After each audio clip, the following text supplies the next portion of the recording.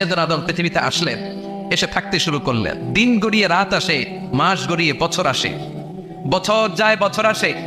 ঠিক 940 বছর পর মালাকুল মাউত আদম আলাইহিস সালামের কাছে আসলেন। বললেন, আনা মালাকুল মাউত উকিলা বিকুম, আপনাদের জন্য আল্লাহ আমাকে বানিয়েছে রূহ কবজ করতে। ও আদম, আবুল বাশার, পৃথিবীর প্রথম মানব, প্রথম নবী, আপনার সময় শেষ, রেডি হন। কি হন? খেলা শুরু হবে, এখনই রূহ কবজ করে নিয়ে যাব। সাইয়েদনা আদম বলে, এখন আসছো কেন? আমার আরো 60 বছর বাকি আছে। মালাকুল মাউত বলে, না, আপনি রূহের জগতে আল্লাহর কাছে আপনার সন্তান দাউদকে কয় বছর দিয়েছিলেন? 60 বছরের জন্য 940 বছর আপনার জন্য লেখা। আমি এখন আপনার রূহ কবজ করতে চাই। সাইয়েদনা আদম বলে, আমি মানি না, আমি কাউরে দেই নাই। 60 বছর আমি দেই নাই, আমি আরো বছর, আমি আরো বাঁচবো। 60 বছর আমি বাঁচবো, আমি দেইতেই নাই। মেয়ে যাও। মালাকুল মাউত আল্লাহর যে বলে, আল্লাহ দেয় নাই বলে। আসলে ভুলে গেছে, আসলে আফাতুল ইলমি আন-নিসিয়া, মানুষ ভুলে যায়, মানুষ বড্ড ভুলে যায়। আমরা অনেক সময় খাইয়াও কই খাই নাই। অনেক কিছু আপনি দিছিলেন কিন্তু ভুলে যাই, গলার নিচ দিয়ে নামার পরে কই তুমি কিচ্ছু দাও নাই। আছে না নাই? নাসিয়া আদম ফানাসিয়া বানু, আদম আলাইহিস সালাম ভুলে গেছেন, তাই আমরাও ভুল করি, ঠিক কিনা? এজন্য আমাদের নেতারাও বলে এটা দেবো ওটা দেবো, নির্বাচনের পর সব ভুলে যায়। আছে না নাই? ওই যে আদম আলাইহিস সালাম বলছে, আমরা ভুলে যাই। ওনাদের দোষ কি? ভুলে যায়, বেমালুম ভুলে যায়। আল্লাহ বললেন, মালাকুল মাউত আর জোরাজুরি করো না। 940 নয়, ঠিক 1000 বছর পরে আদমের কাছে যাবা। আমি আমার আদমের ভাগ্যে এই জিনিসটাই রেখে দিয়েছিলাম রে মালাকুল মাউত। আমি আগ থেকে এটাই রেখেছি, আমি জানতাম সে বলে যাবে। চিল্লা এখন সুবহানাল্লাহ। তার মানে পৃথিবীর সবচেয়ে লম্বা মানুষ, 60 হাত লম্বা, এত শক্তিশালী আদম আলাইহিস সালাম শ্রীলঙ্কা প্রথম নেমেছিলেন। এক লাফ দিলে আদম আইন চলে যাইতেন। সুবহানাল্লাহ। কি লম্বা মানুষ, থাকতে পারছে? কথা নাই, গমে ধরছে। শেষ করে দিই, হ্যাঁ? আর কয়েক মিনিট চলবে, চলবে চলবে। তাকবীর দেন, না হে তাকবীর। আদম আলাইহিস সালাম চলে গেলেন। ওনার পরের নবী ইদ্রিস আলাইহিস সালাম, উনি মরে নাই। ইদ্রিস আলাইহিস সালাম মরছে, কে বলছে? উনিও মরেছেন। তবে ওনার মৃত্যুর আজীব এক ঘটনা আছে, অনেক লম্বা কথা। এক ফেরেশতার সাথে ওনার বন্ধুত্ব হয়েছিল। বলেছিলেন, আমি আকাশ দেখতে চাই, আল্লাহর কাছে অনুমতি চাই। আল্লাহ বলল, ঠিক আছে, ইদ্রিসকে আকাশে ঘুরাও। প্রথম আকাশে ঘুরলেন, দ্বিতীয় আকাশে ঘুরলেন, তৃতীয় আকাশে ঘুরলেন, চতুর্থ আকাশে ঘুরলেন। ইন দ্য মিন টাইম চতুর্থ আসমানে মালাকুল মাউত পৃথিবীর দিকে নেমে আসছিল। ওই ফেরেশতা বলে, মালাকুল মাউত আপনি কই যান? মালাকুল মাউত বলে, একটু আগে আল্লাহ ফরমান জারি করেছে, চতুর্থ আসমানে আমার নবী ইদ্রিসের রূহ কবজ করো। সুবহানাল্লাহ। আমি বললাম, আল্লাহ আপনার পাঠানো নবী সাইয়েদনা ইদ্রিস থাকে দুনিয়ায়, চতুর্থ আসমানে পাবো কই? আল্লাহ কয়, কথা নাই, দৌড় দে। আমি দৌড় দিলাম, এসে দেখি ইদ্রিস আলাইহিস সালাম এখানে রেডি। সুবহানাল্লাহ। ওয়া রাফা'নাহু মাকানান আলিয়্যা। ইদ্রিস আলাইহিস সালামের রূহ কবজ দুনিয়ায় হয় নাই, চতুর্থ আকাশের মধ্যে হয়েছে। একটু চিৎকার করে পড়বেন সুবহানাল্লাহ। এরপরে সুলাইমান আলাইহিস সালাম, উনি তো মরে নাই, মরছে। উনি জিন চালাইতো, উনিও মরবে। শক্তিশালী একজন নবী ছিল। উনি মালাকুল মাউতকে বলেছিলেন, মালাকুল মাউত আমার মৃত্যুর সুয়াইয়া, সামান্য কিছু আগে আমারে বইল, আমার একটা কাজ আছে। মালাকুল মাউত মৃত্যুর কিছু সময় আগে এসে বলল, সুলাইমান টাইম ইজ আপ, সময় শেষ, অল্প কিছু সময় বাকি, কি করবেন করেন। সাইয়েদনা সুলাইমান জিনদেরকে ডাকলো, ও জিনেরা, বিশাল একটা প্রজেক্ট আছে, প্রজেক্টে কাজ শুরু করো। আর কিছু জিনকে বললো, চারদিকে গ্লাস ফিটিং করা একটা রুম বানাও। সাইয়েদনা সুলাইমান আলাইহিস সালাম গ্লাস ফিটিং করা রুমের ভেতরে ঢুকলেন। এই রুমে ঢুকার দরজা নাই, হাতে একটা লাঠি নিলেন। কি নিলেন? লাঠির মধ্যে ভর করে দাঁড়িয়ে রইলেন আর জিনদের দিকে তাকিয়ে রইলেন। জিনেরা এত বদমাশ ছিল, সাইয়েদনা সুলাইমান দাঁড়িয়ে না থাকলে কাজ করতো না। ছিল ফাঁকিবাজ। কি ছিল? দাঁড়ায় না থাকলে আজও লোকজন কাজ করতে চায় না, ঠিক কিনা? মালিক দাঁড়ায় থাকলে ঠিকই কাজ হয়ে যায়। সুলাইমান আলাইহিস সালাম লাঠির মধ্যে ভর দিয়ে দাঁড়িয়ে রইলেন আর বললেন, কাজ করো। জিনেরাও কাজ শুরু করলো। ওদিকে মালাকুল মাউত এসে বলে, ও সুলাইমান সময় তো শেষ। সুলাইমান বলে, সমস্যা নাই, রূহ কবজ কর। উনি লাঠির মধ্যে ভর দিয়ে দাঁড়িয়ে রইলেন। গ্লাস ফিটিং করার রুমের ভিতরে কোরআন সাক্ষী। মালাকুল মাউত ওইভাবে লাঠিতে ভর দেওয়া অবস্থায়, দাঁড়ানো অবস্থায় সাইয়েদনা সুলাইমান আলাইহিস সালামের রূহ কবজ করে নিলেন। উনি এমন ভাবে দাঁড়িয়েছেন, রূহ চলে গেল, লাশ হয়ে দাঁড়িয়ে রইলেন। লাঠির মধ্যে দাঁড়িয়ে আছেন, জমিনের মধ্যে লুটিয়ে পড়ে নাই। সুবহানাল্লাহ। জিনগুলো দূর থেকে ভাবলো, বস তো দাঁড়ায় আছে। কে দাঁড়ায় আছে? জিনারা মনে করছে বস দাঁড়ায় আছে, কাজ করতে হবে, করতে করতে পুরা প্রজেক্টের কাজ শেষ। ইন দ্য মিন টাইম ঝিঝি পোকা, ওই পোকা যেই পোকা কাঠ খেয়ে ফেলে, এই কাঠ খাওয়ার পোকা সুলাইমান আলাইহিস সালাম লাঠির ভেতরে ঢুকে লাঠিও খেয়ে ফেলেছে। সাইয়েদনা সুলাইমান আলাইহিস সালাম তপাস করে জমিনে পড়েছে, আর জিনারা কয় হায় হায়, খালি খালি কাম করছে এতদিন। সুবহানাল্লাহ করবেন না? সুলাইমান আলাইহিস সালাম বাঁচতে পারে নাই, চলে গেলেন। মুসা আলাইহিস সালাম মরছে, উনি মরবে কেন? উনি তো রানী মার মরছে। এক খাপ পরে ফেরাউনের বাবুর্চি নাই, মুখের আগে হাত চলতে কয়েকজন, এর মধ্যে মুসা আলাইহিস সালাম আছে না নাই? মালাকুল মাউত মানুষের আকৃতিতে অনুমতি না নিয়ে ঘরের ভেতরে ঢুকে গেল, ঢুকে বলে আনা মালাকুল মাউত, আমি মৃত্যুর ফেরেশতা। তো কি চাও? জিতু আনা বাদারো হাক, আপনার রূহ কবজ করতে আসছি। কিন্তু মুসা আলাইহিস সালাম দেখতেছেন দিব্যি একজন মানুষ, কি দেখে? আবার সালাম দেয় নাই, অনুমতি নিয়েও ঢুকে নাই। অমিয়া অনুমতি নিয়ে ঘরে ঢুকার দরকার আছে না নাই? মুসা আলাইহিস সালামের মেজাজ বড় গরম। উনি বললেন কি করবি? কয় আপনারে মারবো। কয় এদিকে আয়। মালাকুল মাউত মনে মনে ভাবে এতদিন সব মানুষগুলো আমারে দেখলে দিত দৌড়, আজকে মনে হয় আমারে দিতে হবে দৌড়। এক পা গায়ে দুই পা পেছায় সাহস করে সামনে গেলেন। আবার মুসা আলাইহিস সালাম দিলেন এরকম থাপ্পড়, ফাসাক্কাহু ফাফাকু আইনা, বুখারীর বর্ণনা, এক থাপ্পড়ে চোখ নাই। ঠিকই মালাকুল মাউত দৌড়, এক দৌড়ে আল্লাহর কাছে। আল্লাহ বললেন রাখো, এটা মুসা আলাইহিস সালাম, তার মেজাজ বড্ড গরম, আমাকে কথা বলতে হবে। আল্লাহ বললেন মুসা, বুখারীর বর্ণনা, গরুর পিঠের উপর হাত রেখে দাও। রাখা বলো, তোমার হাতের নিচে গরুর যত পশম, প্রত্যেক পশমের বিনিময়ে এক এক বছর করে হায়াত বাড়িয়ে দিলাম। মুসা আলাইহিস সালাম অনেক চালাক নবী, উনি বললেন আল্লাহ আমার হাতের নিচে যদি গরুর 2000 পশম থাকে, তার মানে 2000 বছর হায়াত বাড়িয়ে দিলেন, কিন্তু এক্সট্রা হায়াত যখন শেষ হয়ে যাবে এরপরে কি হবে? আগে ওইটা বলেন। আল্লাহ বললেন সুমাল মাহবুত, তারপরে তো মুসা মরতেই হবে, আসতেই হবে।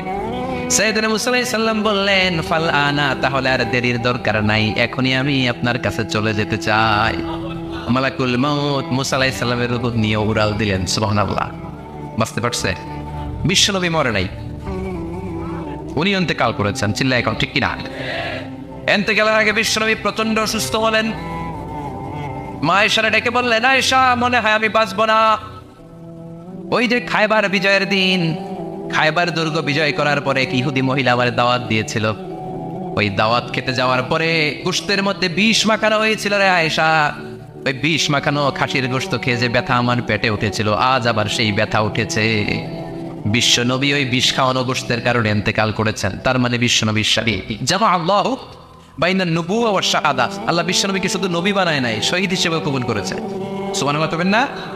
প্রচন্ড অসুস্থ, উনি ছাড়া মসজিদে নববীতে কেউ ইমামতি করার সাহস পায় না। বিশ্বনবী বললেন আবু বকর তুমি যাও, আবু বকরও যায় না। বিশ্বনবী বললেন পানি আনো।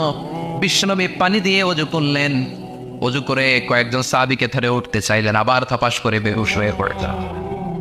বিশ্বনবী উঠতে পারে না, আবার বললেন ঠান্ডা পানি আনো। পানির ভেতরে বিশ্বনবী দুই হাত ঢুকিয়ে দিয়ে ঠান্ডা ভিজা হাত দিয়ে চেহারার মধ্যে মাসে করলেন, আর বললেন ইন্নালিল মাউতি লা সাকারাত, হায়রে মৃত্যুর কি যন্ত্রণা, হায়রে মৃত্যুর যে কি কষ্ট। অবিয়া বিশ্বনবী যদি মৃত্যুর কষ্টে কাতরায়, আমাদের অবস্থা কি?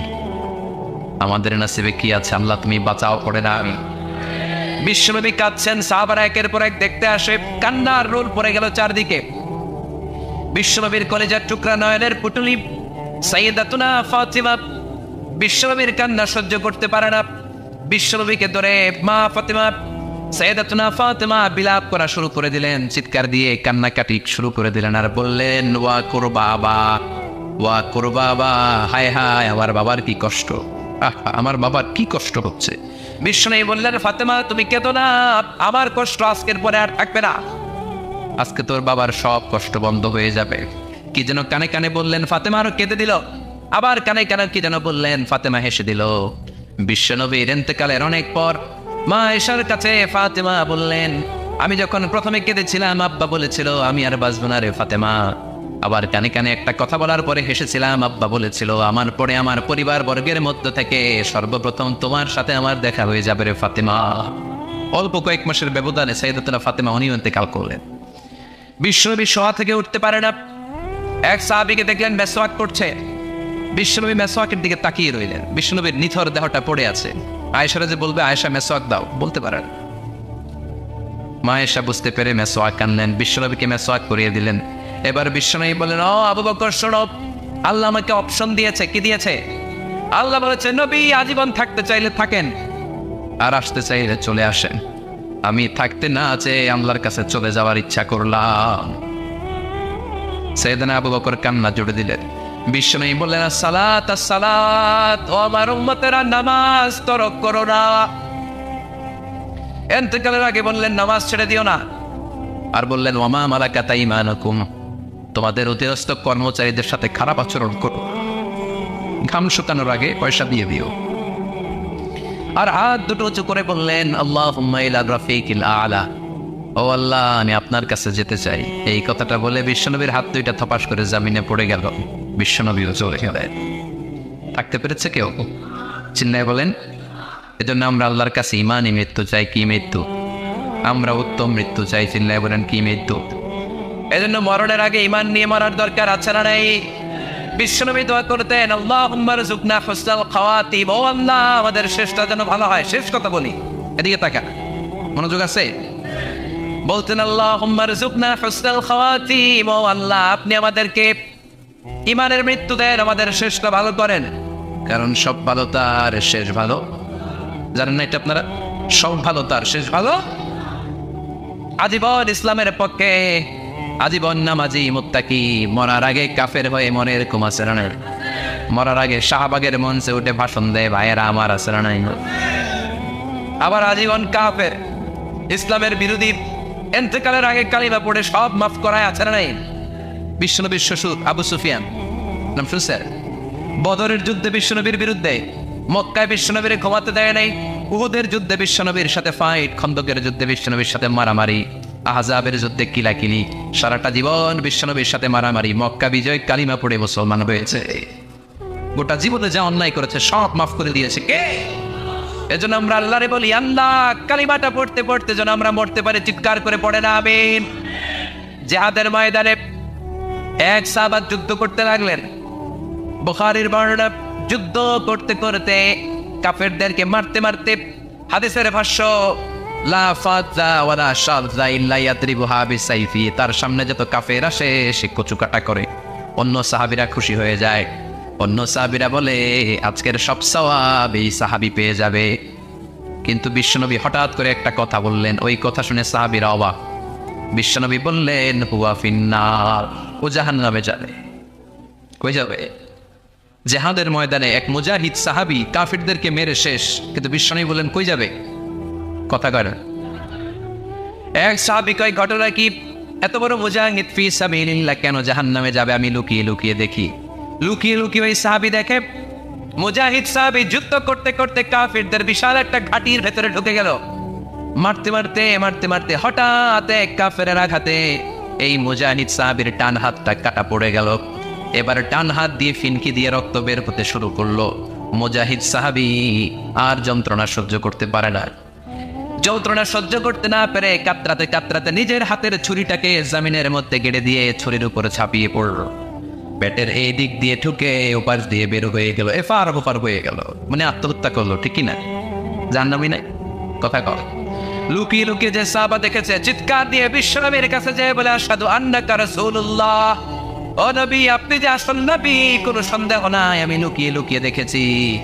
ওই মুজাহিদ সাহাবা বেঁচে নাই, সে কাফেরের আঘাতে শহীদ হয় নাই, নিজের পেটে নিজে ছুরি ঢুকিয়ে আত্মহত্যা করেছে। আজীবন বিশ্বনবীর সাথী, মরার আগে জাহান্নামী। আমরা কেউ জানি না আমাদের শেষটা কেমন হবে। এজন্য আমাদের শেষটা ভালো হোক, ভেরি সেন্সিটিভ ইস্যু। আমাদের শেষটা ইমানের হোক। এখন যেমনি মাথা ঠিক আছে, বুদ্ধিমত্তার সাথে শাহাদাত বাক্যের উপর যেন আমরা মরতে পারি, আমরা পড়ি আমিন। চিল্লায় পড়ে না আমিন। কি করে বুঝবেন মৃত্যুটা ভালো হলো? এক নম্বর আলামত আন-নুতকু বিশ-শাহাদা, মরার আগে আওয়াজ করে জিকির করে কেউ যদি পড়তে পারে লা ইলাহা ইল্লাল্লাহু মুহাম্মাদুর রাসূলুল্লাহ সাল্লাল্লাহু, এটা হচ্ছে আলামাতু হুসনিল খাতিমা। আপনার মৃত্যুটা যে ভালো মৃত্যু হয়েছে এটার আলামত। কি মৃত্যু? সবাই বলেন ভালো মৃত্যু আমরা চাই কি চাই না? ভালো মৃত্যুর এক নম্বর আলামত কালিমা পড়ে যদি মরতে পারে। বিশ্বনবী বলেন মান কানা আখিরু কালামিহি লা ইলাহা ইল্লাল্লাহ, যে ব্যক্তির সর্বশেষ কথাটা হবে, বাক্যটা হবে লা ইলাহা ইল্লাল্লাহ, দাখালাল জান্নাহ, সে জান্নাতি হয়ে যাবে। সুবহানাল্লাহ পড়ে। এরপরে বিষ্ণু বললেন আল মুমিনু ইয়ামুতু বিজাবি ইরকিল জাবিন, মুমিন যখন মারা যায় তার কপাল ঘেমে যায়। সুবহানাল্লাহ পড়েন। হাত ঘামে না, পা ঘামে না, মুমিনের কপাল ঘামে। সুবহানাল্লাহ। এজন্য কেউ মারা গেলে কপালের মধ্যে হাত দিবেন, দেখবেন ওই ঘামের মধ্যে একটা জান্নাতি ঘ্রাণ আছে। সুবহানাল্লাহ। আল্লাহ, আমরা যখন মরে যাব আমাদের কপালটা যেন এরকম ঘেমে যায়। আমিন পড়েন আর জোরে আমিন। আল মুমিনু ইয়ামুতু বিআরাকিল জাবিন, মুমিন মারা গেলে তার কপাল ঘামে। কপাল ঘামলে বুঝতে হবে এটা ভালো মৃত্যু, ইমানি মৃত্যু। চিল্লায় বলেন ঠিক কিনা? এরপরে বিষ্ণু বললেন ফি লাইলাতিল জুমা, জুমার রাতে যদি মরে, আও ফি শাহরি রমাদান, কিংবা রমজান মাসে যদি মরে, আও ফি সাফারিল হজ, কিংবা হজের সফরে যদি মরে। বাংলার জমিন থেকে অনেক হাজিরা হজ করতে যায়, অনেকে ওইখানে যে আরাফাতের ময়দানেও মারা যায়, এরকম হাজি আসছে না? খুশনসিব, এটা খুশনসিব। আলহামদুলিল্লাহ পড়েন। মনের পথে অবিচল থেকে আমার মরণ যেন হয়। চিল্লায় পড়েন আমিন। তার মানে কে কোথায় মরবো আমরা কেউ জানি নাকি? ওমা তাদরি নাফসুম বিআইয়ি আরদিন তামুত, কোন জায়গায় মরবা কখন মরবা কেউ আমরা জানি না, কিন্তু মরবো সবাই জানি, ঠিক কিনা?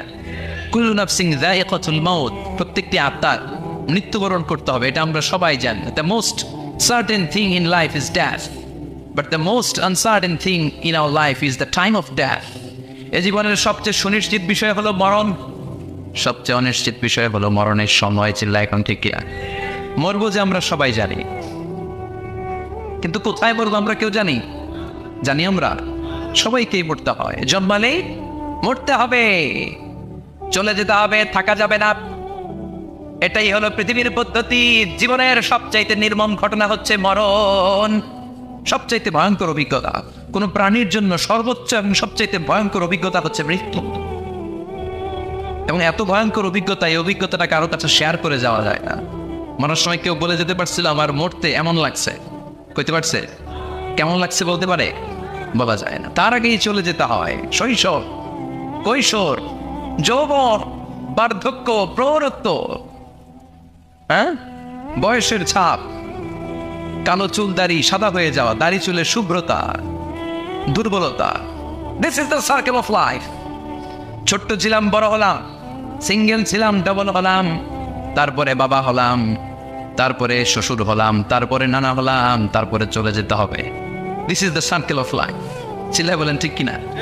এই যে মুরব্বীরা, দাড়ি পাকা মুরব্বী যারা আছে, আপনারা কি মনে করছেন মায়ের পেট থেকে মুরব্বী হয়ে বেরিয়েছিল? কিরকম বের হয়েছিল? তারাও ওয়া ওয়া করেছে। এরাও ফিডার খাইতো, এই চাচারা খাই নাই? এরাও ফিডার খেত, এরাও মায়ের বুকের দুধ খেত, এরাও ছোট্ট বাচ্চাদের মতো গরমকালে পানির মধ্যে ডুবাইতো। স্কুল ফাঁকি দিয়ে বাচ্চারা ডুবায়, আসে না নাই? উকিয়াতে এরকম নাই? ছোট্ট বাচ্চা ছিল, বড় হলো, বার্ধক্যে উপনীত হলো। This is the circle of life. চলে যেতে হবে। বিশ্বনবী বললেন আমার উম্মতি মা বাইনা সিত্তিনা ইলা সাবঈন, আমার উম্মতের গড় বয়স হলো 60 থেকে 70। এই উম্মতের গড় বয়স কত? 60 থেকে 70। ওয়া আকাল্লুহুম মাইয়াজুজু যালিক, অল্প কিছু মানুষ আছে যারা 70-এর বেশি হায়াত পায়। এখানে 70-এর বেশি আছেন কারা? হাত তোলেন দেখি তো। কয়জন? একজন, দুইজন, তিনজন। মাশাআল্লাহ, আল্লাহ আরো হায়াত দেয়। আল্লাহ এদেরকে আরো হায়াত দারাজ করুক। চিল্লায় বলেন আমিন। তার মানে আমার উম্মতি মা বাইনা সিত্তিন ইলা সাবঈন, বিশ্বনবী বললেন এই উম্মতের গড় বয়স 60 থেকে 70, আর 70-এর বেশি হায়াত পাবে। ওয়া আকাল্লুকুম মাইয়াজুজু যালিক, 70-এর বেশি পাবে হাতে গোনা, গুনে বের করে ফেলা যায় 1 জন 2 জন 3 জন, বাকি সব 60-এর আগে নাই। চিল্লায় এখন ঠিক কিনা? বাংলাদেশের গড় হায়াত কত মানুষের? 60। বিশ্বনবীর কথার সাথে মিলে গেছে। চিল্লায় পড়েন সুবহানাল্লাহ। এই জন্য বিশ্বনবী বলেন এই যে মুরব্বীদের দাড়ি পাকে, এই যে রাস্তায় অ্যাক্সিডেন্ট হয়, এই যে ক্যান্সারে আক্রান্ত হয়ে লোকজন মারা যায়, তারপরেও কি টনক নড়ে না? এরপরেও কি বিবেকে ধরে না যে তোমাকে চলে যেতে হবে? আকসিরু যিকরা হাযিবিল লাযযাত, জীবনের সব স্বাদকে পানসা করে দেয় ওই মরণকে স্মরণ করো। মরণকে স্মরণ করলে জাহান্নাম বরণ করা লাগে না। চিল্লায় বলেন ঠিক কিনা? আবার আল্লাহ বললেন গোলাম, স্পেশাল একজন ফেরেশতা আমি মরণের জন্য সিলেক্ট করলাম, নাম মালাকুল মাউত। তাকে আমরা আজরাইল বলে চিনি। এই মালাকুল মাউত তার বাহিনী নিয়ে নির্ধারিত টাইমে গোটা বিশ্বের সব মানুষের রূহ কবজ করে। অন টাইম নাকি দেরি করে? মালাকুল মাউত আগেও আসে না, পরেও আসে না। সুবহানাল্লাহ পড়ে। সাইয়েদনা সুলাইমান আলাইহিস সালাম জামানাতে ওনার এক ওয়াজির ছিল, মন্ত্রী। ওই মন্ত্রীকে নিয়ে উনি বৈঠক করতেন। ওনার সময় উনি মালাকুল মাউতের সাথে বৈঠক করতেন। শুনতেছেন? আপনাদের মনোযোগ আছে তো? উনি বৈঠকে বসেছেন, মালাকুল মাউত বসা, ওয়াজিরও বসা। হঠাৎ মালাকুল মাউত ওয়াজিরের দিকে বড় বড় চোখ করে তাকাচ্ছে। বড় বড় চোখ করে তাকানোতে ওয়াজির ভয় পেয়েছে। হঠাৎ মালাকুল মাউত চলে গেল। ওয়াজির বলে, ও সুলাইমান আলাইহিস সালাম, এই যে লোকটা বড় বড় চোখ করে আমার দিকে তাকালো, এটা কে? সাইয়েদনা সুলাইমান বলে, হাদা মালাকুল মাউত। যে বর্ণনাটা বলছে এটা হাদিস না, এটা হচ্ছে ইসরাইলিয়া, জিউস ট্রেডিশন। কোরআন হাদিসের সাথে কোনো দ্বন্দ্ব নাই, তাই বর্ণনা করা যাবে। বিষ্ণু বলেছেন, বাল্লিগু আন্নি ওয়ালাউ আয়া। আবার বলেছেন, ওয়া হাদিসু আন বনি ইসরাঈল ওয়ালা হারাজ। বনি ইসরাইলের ট্রেডিশন বর্ণনা করো, জিউস ট্রেডিশন বর্ণনা করো, এতে কোনো সমস্যা নাই। ওয়াজির বলে, ও সাইয়েদনা সুলাইমান, বড় বড় চোখ করে যে তাকালো লোকটাকে? সাইয়েদনা সুলাইমান বলে, হাদা মালাকুল মাউত, এটা মৃত্যুর ফেরেশতা। ওয়াজিরের কলিজায় পানি নেই। এটা কি ফেরেশতা? শুনে তো পিলে চমকে গিয়েছে। কয়টি? মালাকুল মাউত তো আমার চিনা বলেছে, বাড়ি চিনে ফেলছে আমার খবর আছে।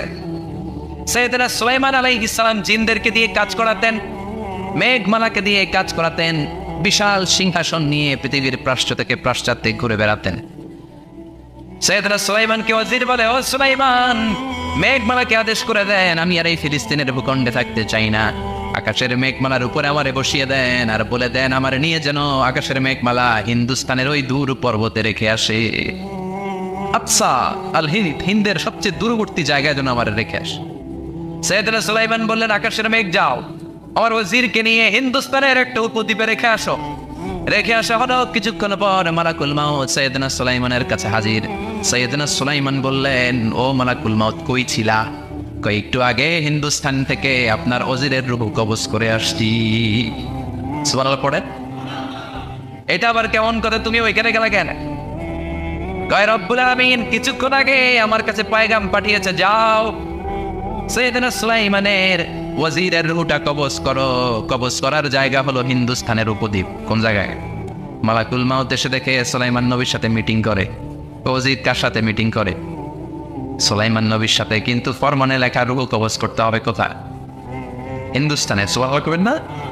এই জন্য বড় বড় চোখ করে আমি তাকিয়েছি, আর মনে মনে ভাবলাম টাইম তো নাই, কারণ মৃত্যু তো অন টাইমে হতে হয়। এখনই ওর রূহ কবজ করতে হবে। কেমন করে ওইখানে যাবে আমি জানি না, আমি আগে চলে যাই। মালাকুল মাউত চলে গেল, যে দেখে ওই জায়গায় ওয়াজির হাজির।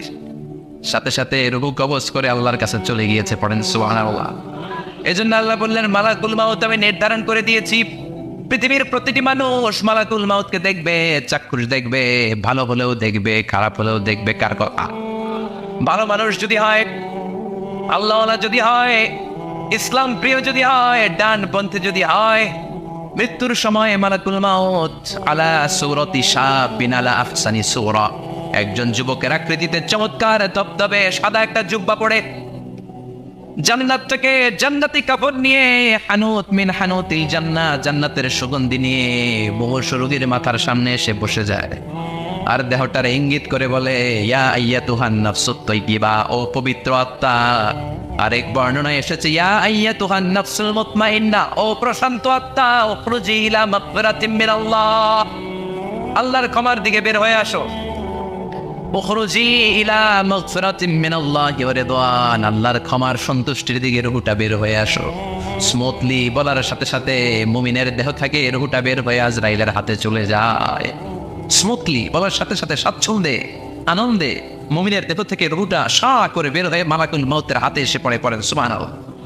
আল্লাহ এমন মৃত্যু তুমি আমাদের নসিবে রেখে দিও, চিৎকার করে পড়েন আমিন। আর যারা ইসলাম মানে নাই, আর যারা কোরআন মানে নাই, আর যারা দিন কায়েমের আন্দোলন করে নাই, দিনকে ভালোবাসে নাই, বাম আর রামপন্থী ছিল, নাস্তিক ছিল, ইসলাম বিরোধী ছিল, তাদের কাছেও মালাকুল মাউত আসে কি আসে না? চিল্লায় বলে না, সে কি আসে না? তাদের কাছেও আসে, কিন্তু আলা সূরাতি আকবাহি রাজুল, একজনের চেহারা যত ভয়ঙ্কর হতে পারে, যত নিকৃষ্ট হতে পারে, এরকম ভয়ঙ্করতম নিকৃষ্ট দুর্গন্ধওয়ালা একটা চেহারা নিয়ে আসে।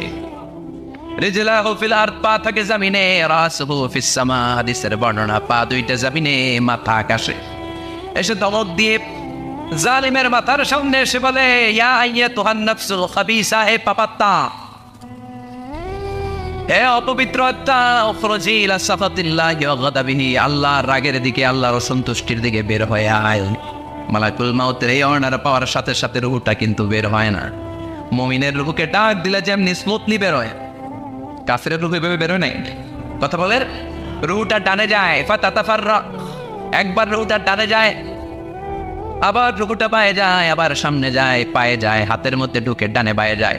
মালাকুল মাউত আবার ধমক দিয়ে বলে, ইয়া আইয়াতুহান নাফসুল খাবিসা, পাপাত্তা, বের হয়ে আয়। রুহটা আবার ডানে যায়, বায়ে যায়, সামনে যায়, পেছনে যায়। এবার ধপাস করে মালাকুল মাউত রুহুকে ধরে টান ধরে, সারা দেহটা থেকে প্রাণ রস সিক্ত করতে করতে দেহ থেকে রুহুটাকে টেনে হিচড়ে বের করে আনে। আর মুমূর্ষ রোগীটা চিৎকার মারতে থাকে, পড়েন না আউযুবিল্লাহ। একটা জীবন্ত ছাগলের চামড়াগুলো জবাই না দিয়ে কেউ যদি টেনে টেনে বের করে, ছাগল জবাই হয় নাই কিন্তু চামড়া এক পাশ থেকে টেনে টেনে টেনে হিচড়ে আপনি গা থেকে বের করলে যত কষ্ট হয়, এর চেয়েও বেশি কষ্ট দিয়ে মালাকুল মাউত বামপন্থী আর কাফিরদের রুহুটা দেহ থেকে বের করে আনে, পড়েন না আউযুবিল্লাহ। আমাদের রুহুটা যেন আল্লাহ, মুমিনদের রুহু আপনি যেভাবে কবজ করেন ওইভাবে যেন আমাদের রুহুটা বের হয়ে আসে। আরো জোরে পড়েন আমিন। এজন্য আল্লাহ বললেন, বাল তুফিরুনাল হায়াতাদ দুনিয়া ওয়াল আখিরাতু খায়রুন ওয়া আবকা। পাগলের মতো হচ্ছন্ন হয়ে এই দুনিয়াটার পেছনে ছুটে বেড়াও, এই দুনিয়া আসল নয়, আখিরাত হলো আসল। চিল্লায় বলেন ঠিক কিনা?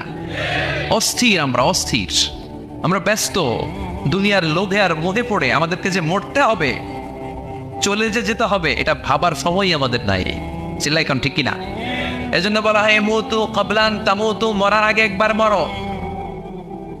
হাসিবু ক্বাবলান তুহাসাবু আলাইক, তোমার হিসাব কিয়ামতের দিন করার আগে তুমি তোমার হিসাব করো। জীবনে কি কি পাপ করেছি আমি জানি, আমার চেয়ে ভালো কেউ জানে না। চিল্লায় বলেন ঠিক কিনা? কি কি অন্যায় করেছি আমার হৃদয়ের মধ্যে কথাগুলো আছে না নাই? পৃথিবীর কেউ না জানলেও আমি জানি কি জানি না? পৃথিবী না জানুক আমি তো জানি, আমি কি পাপ করেছি হায়। পৃথিবী না জানুক আমি তো জানি, আমি কি পাপ করেছি হায়। আমার পাপের করলে বিচার, বাঁচার উপায় নাই আমার। দয়াময় প্রভু মাফ করো আমায়, মাফ করো আমায়। পড়ে না আমি আর জোরে আমিন। এজন্য হাসিবু ক্বাবলান তুহাসাবু আলাইক, তোমার হিসাব বসার আগে নিজে হিসাব করো কি কি করলা। আসল মরণের দিন শটান হয়ে তো শুয়ে পড়ো ভাই, মরার আগে আরেকবার মরো। মরার আগে আরেকবার কি করবেন? কথা বলেন, মরার আগে কি করতে হবে? হঠাৎ একদিন বিছানায় শটান হয়ে শুয়ে যান, চক্ষুটা বন্ধ করেন, ভাবেন মরে গিয়েছেন। এই তোমার কুলমাউত চলে এসে রুহুটা নিয়ে গেল।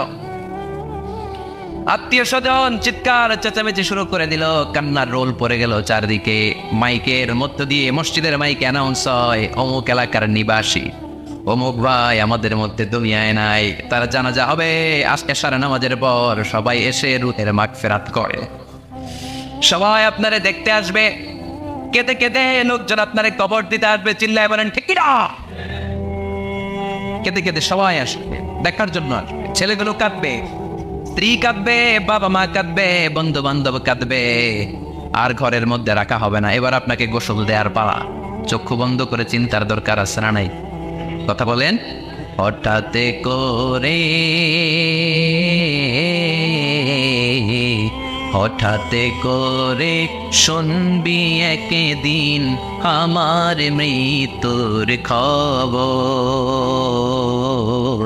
কেঁদে কেঁদে আসবে সবাই দিতে আমায় কবর, দিতে আমায় কবর। ঠিক কি না? একটু চোখটা বন্ধ করে ভাবেন, আপনাকে গোসল দেওয়া হবে, জামাগুলো খোলা হবে, এত টাকা দিয়ে যে দামি গোসলখানা টাইলস লাগিয়ে ঘরে বানালেন, আপনার শেষ গোসলটা কি ওই দামি গোসলখানায় হবে?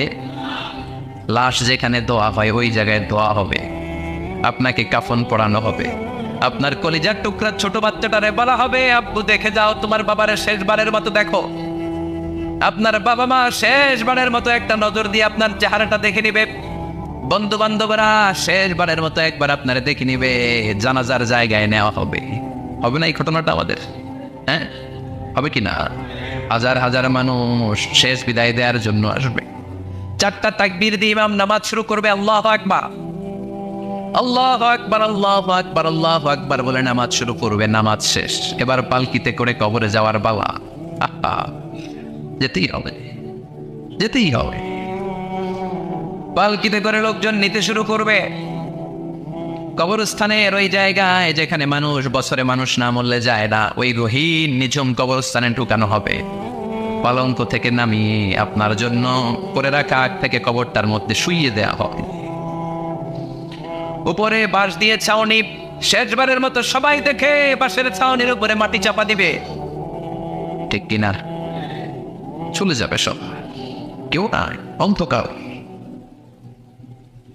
শুধু অন্ধকার। এই অন্ধকার যেন শেষ হতে চায়। এই ঘটনা ঘটবে না আমাদের? কথা বলে ঘটবে কিনা? এজন্য মরার আগে এগুলো চিন্তা দরকার আছে না নাই? মরার আগে আরেকবার মরার দরকার আছে না নাই? এজন্য রব্বুল আমিন বলেন, বাল তুসিরুনাল হায়াতাদ দুনিয়া ওয়াল আখিরাতু খায়রুন ওয়া আবকা। এই দুনিয়ার জীবনটাকে তোমরা আসল জীবন মনে করো, এটা আসল জীবন নয়। আসল জীবন হলো কবরের জীবন। চিল্লায় বলেন ঠিক কি না? আল্লাহ তোমার এই দুনিয়ায়, আল্লাহ তোমার এই দুনিয়ায় কেউ আসে কেউ চলে যায়,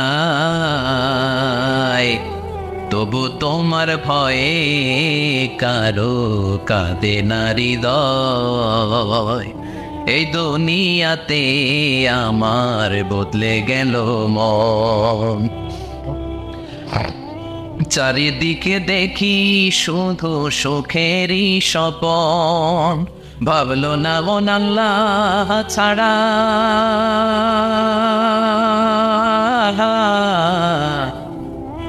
ভাবলো না মন আল্লাহ ছাড়া নেই কোনো উপায়, তবু তোমার ভয়ে কারো কাঁদে না হৃদয়। ঠিক কিনা? আসে আর চলে যায়। প্রতিদিন মাইকে অ্যানাউন্স শুনি, অমুক এলাকার অমুক লোক নাই, দাদা গেল, বাবা গেল, বড় ভাই গেল, আত্মীয় স্বজন গেল, আমাকেও যেতে হবে, এই চিন্তা মাথায় নাই। চিল্লা এখন ঠিক কিনা? এজন্য লাইফটা হলো one time, one chance. Second কোনো চান্স আপনাকে দেয়া হবে নাকি? কাফেররা বলবে, ইয়া রাব্বি আরেকটা সুযোগ দেন, লাউ আন্না লানা কাররা ইয়ানি মাররা। আল্লাহ আরেকটা সুযোগ যদি পেতাম দুনিয়াতে ভালো করে আসতাম। আল্লাহ বলবেন, ইন্নাহা কালিমাতুল কাইলুহা, এটা শুধু তাদের মুখের কথা, তাদেরকে আবার সুযোগ দিলেও তারা কিচ্ছু করবে না। চিল্লা এখন ঠিক কিনা? এজন্য একটা চান্স আমরা পেয়েছি, এই দুনিয়ার ওয়ান চান্সে আমরা ভয় পাবো একজনকে। চিল্লায় বলেন তিনি কে? এজন্য যেতে আমাদেরকে হবে। এই মরণ থেকে পালানোর কোনো সুযোগ কেউ পালাতে পারে নাই। এই মরণ হলো আখিরাতের প্রবেশদ্বার। মরণ নামক পালকিতে চড়ে আমরা কবরের ভেতরে ঢুকি। মরণ হলো প্রথম পর্ব, কবর হলো দ্বিতীয় পর্ব। যেরকম ঠিক কিনা? এজন্য বিশ্বনবী বললেন, আল কবর রাউদাতুম মিন রিয়াদিল জান্নাহ ওয়া হুফরাতুম মিন হুফারিন নার। কবর হলো কারোর জন্য জান্নাতের বাগান, কারোর জন্য জাহান্নামের গর্ত। আমরা বলি, আল্লাহ আমাদের কবরটারে জান্নাতের বাগান বানাও। আর জোরে পড়ে না আমিন।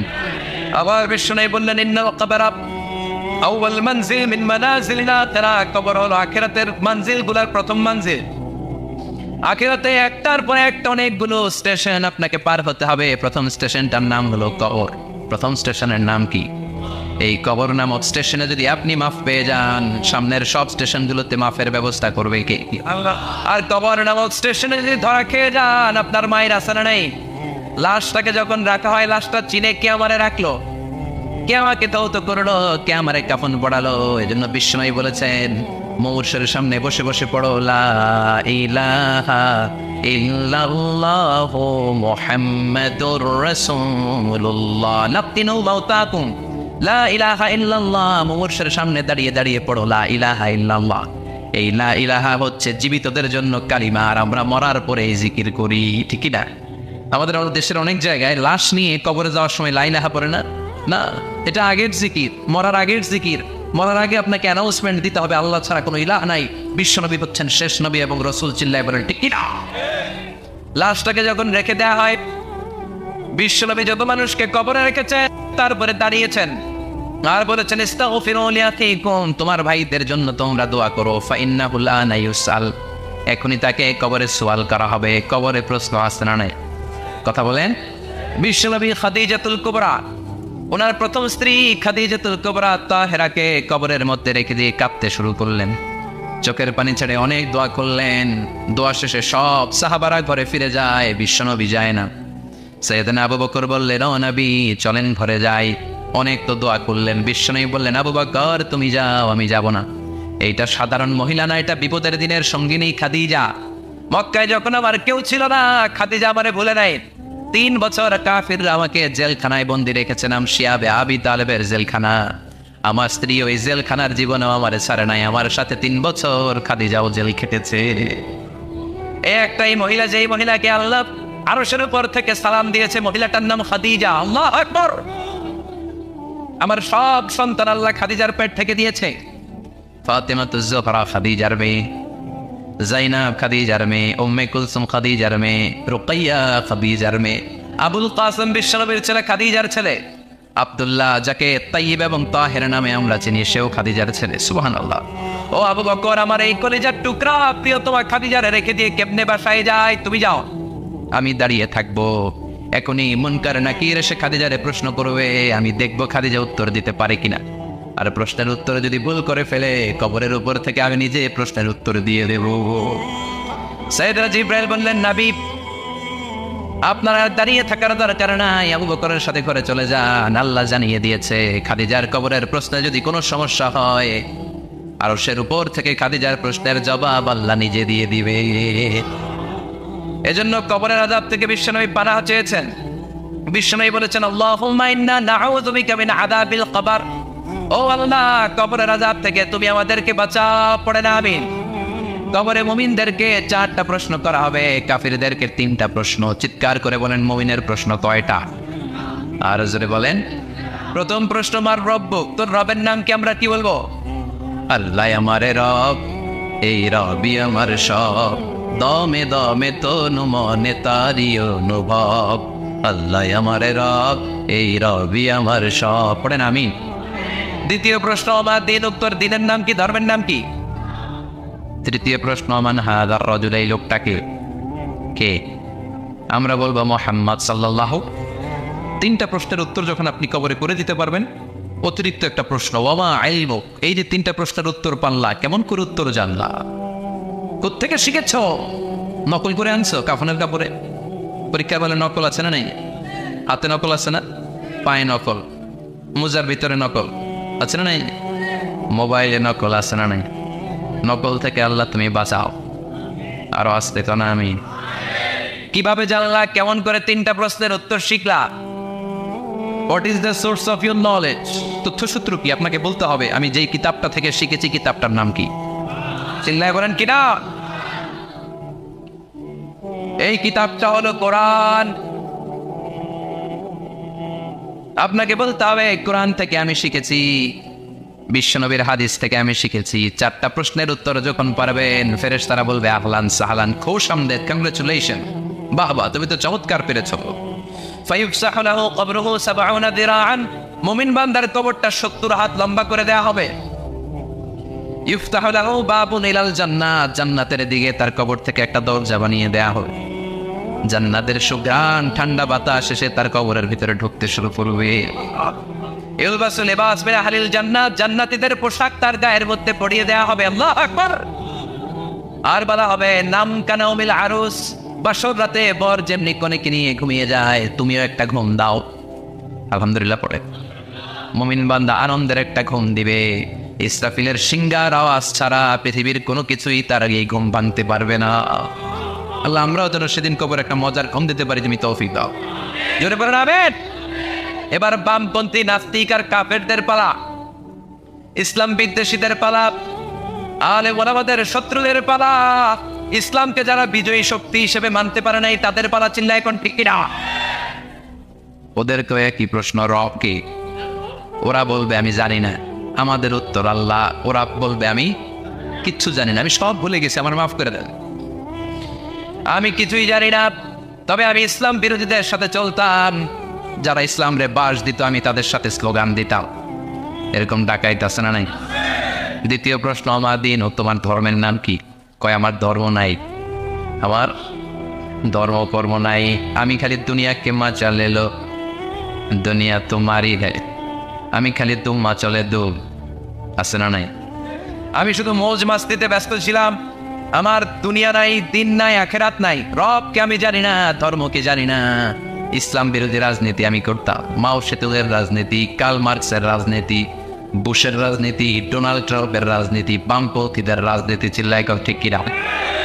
কোনো ধর্ম নাই। এই লোকটাকে চিনো কিনা বলো। বিশ্বনবীর চেহারা দেখিয়ে বলা হবে এই লোকটাকে, কয় জানি না। এরে আমি মানতাম না, এরে আমি গালি দিতাম।